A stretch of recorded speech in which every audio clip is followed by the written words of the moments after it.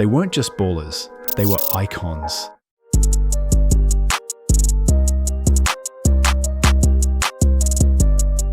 The Mixtape legends rewrote the rules of basketball with unreal handles, gravity-defying dunks, and street swagger that couldn't be coached.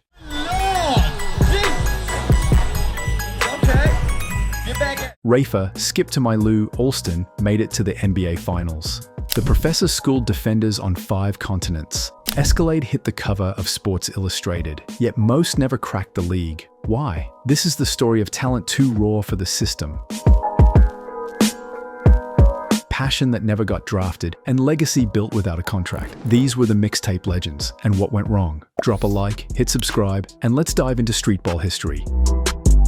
Rafer Alston, from Queens, New York, brought streetball to the national stage with a move that would define his legacy, the skipping dribble.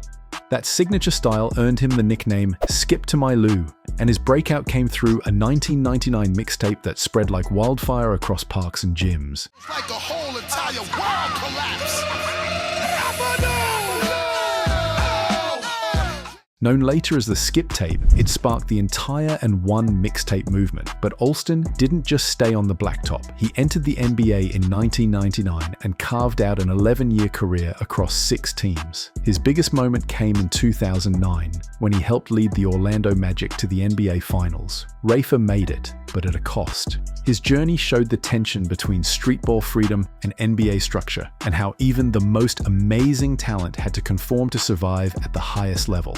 Hot Sauce might be the most exciting mixtape player ever. Born in Orlando, Florida in 1976, Philip Champion took his flashy moves from the local parks to the global stage. He joined the And One Mixtape Tour in 1999 and instantly became a sensation. Sauce claimed he had over 100 moves in the bag, but his most iconic were the windmill, the hypnotizer, the hurricane, and the boomerang. He was the entertainer, the guy who made crowds lose their minds.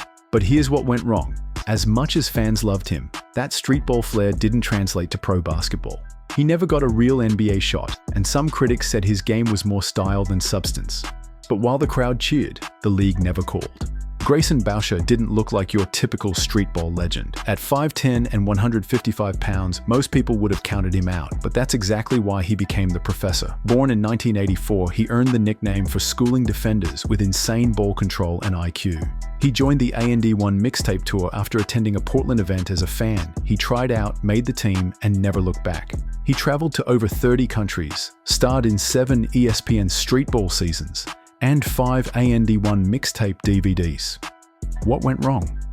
Well, unlike Skip, the professor never cracked the NBA, despite the skills, size, and system politics held him back. But he pivoted hard. After And One ended, he didn't fade. He evolved. Today, he's coaching NBA players and runs a YouTube channel with over 8.55 million subscribers. He didn't fail. He just had to find his court.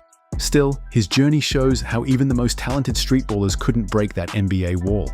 Troy Escalade Jackson wasn't just a showman, he was a presence. At 6'10" and 375 pounds, he looked more like an NFL lineman than a streetball legend. But when he stepped on the court, the crowd felt it. He was the younger brother of NBA vet Mark Jackson, and while his path to fame was different, it was just as impactful. As a high school senior, he weighed nearly 500 pounds, but still turned heads at Rucker Park. That raw talent landed him a spot at Wallace Community College and later the University of Louisville, where he trimmed down to 363 pounds. Escalade joined And One in 2002 and became a face of the tour.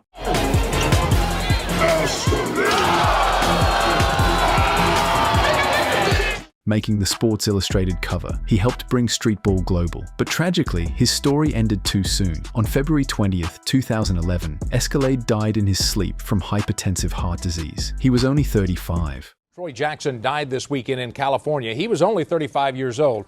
But as WLKY's Denise Saunders joins us to explain, his death is surrounded. What went wrong? Maybe it was his size, or maybe the game just lost one of its biggest hearts. Shane Wanney had handles that didn't just break ankles, they told stories. Born and raised in the Bronx, he earned the nickname the Dribbling Machine, with good reason. At Westchester Community College, He carried his team to the number 8 spot nationally during the 1990-91 season and earned Mid-Hudson Conference MVP as a sophomore. But it wasn't college ball where he made his name, it was the streets. Shane was one of the originals of the and1 Mixtape tour. He got the first call. His flashy dribbling and wild creativity put him on TV ads for Lay's and Mountain Dew, in magazines like Slam and XXL, and even in music videos for legends like Mary J. Blige and Nas. But after and1 cooled off, Shane shifted gears. He created the Future Talent Basketball League, a non-profit in the Bronx that gives kids more than just a ball. It gives them hope. What went wrong? Maybe nothing. Shane evolved, even if the spotlight didn't follow.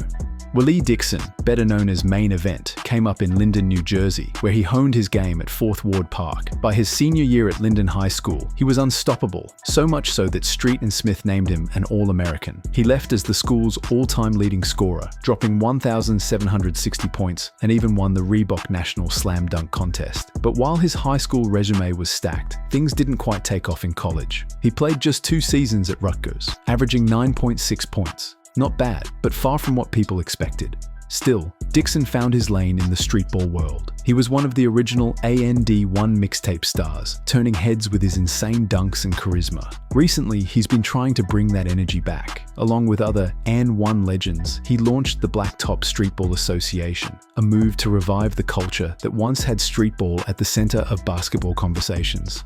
Dennis Chisholm, aka Spider, came out of Atlanta and made his name spinning, leaping, and flipping through the and1 mixtape scene. Spider wasn't just a nickname, it fit his whole game. He had that wild bounce and aerial creativity that made crowds lose their minds.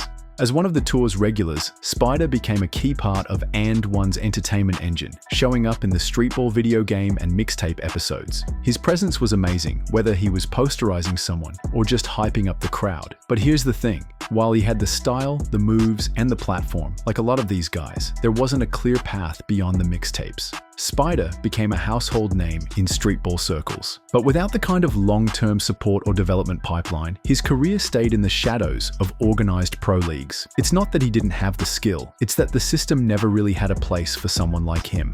Tyrone Evans, known to the world as Alamo or the Black Widow, was one of the most iconic streetballers to ever come out of Harlem. At 6 feet 7 inches, playing point guard, he was already different, but what made him special was how he moved. Fluid, confident, almost poetic. He first caught people's attention at the legendary Kingdom tournament in the mid-90s, where he turned heads with flashy handles and powerful dunks.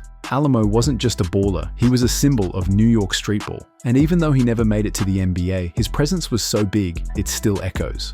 Harlem now hosts the Tri-State Classic every year in his honor, showing just how much of an impact he left behind. But here's the heartbreaking part. Alamo passed away in 2013, way too soon. He was never given the system or support that might have carried his game to the next level. A legend? Absolutely, but one has gone far too early. The mixtape legends didn't just play basketball, they redefined it. With jaw-dropping handles, wild creativity, and raw authenticity, they brought streetball to the spotlight and inspired a generation. They may not have made the NBA, but their impact isn't measured in stats. It's in the culture, the crossovers, the dunks, the swagger, and the belief that greatness could come from the blacktop. From Skip to Mylou to Hot Sauce, the Professor to Alamo, these icons proved you didn't need a league contract to leave a legacy. If you grew up watching them light up the courts, you know, this was more than basketball. It was art. Now we want to hear from you. Who was your favorite mixtape legend? Who deserved an NBA shot but never got it? Drop a comment below, we're reading them all. And don't forget to like, subscribe, and turn on the bell. This is more than a game, it's history.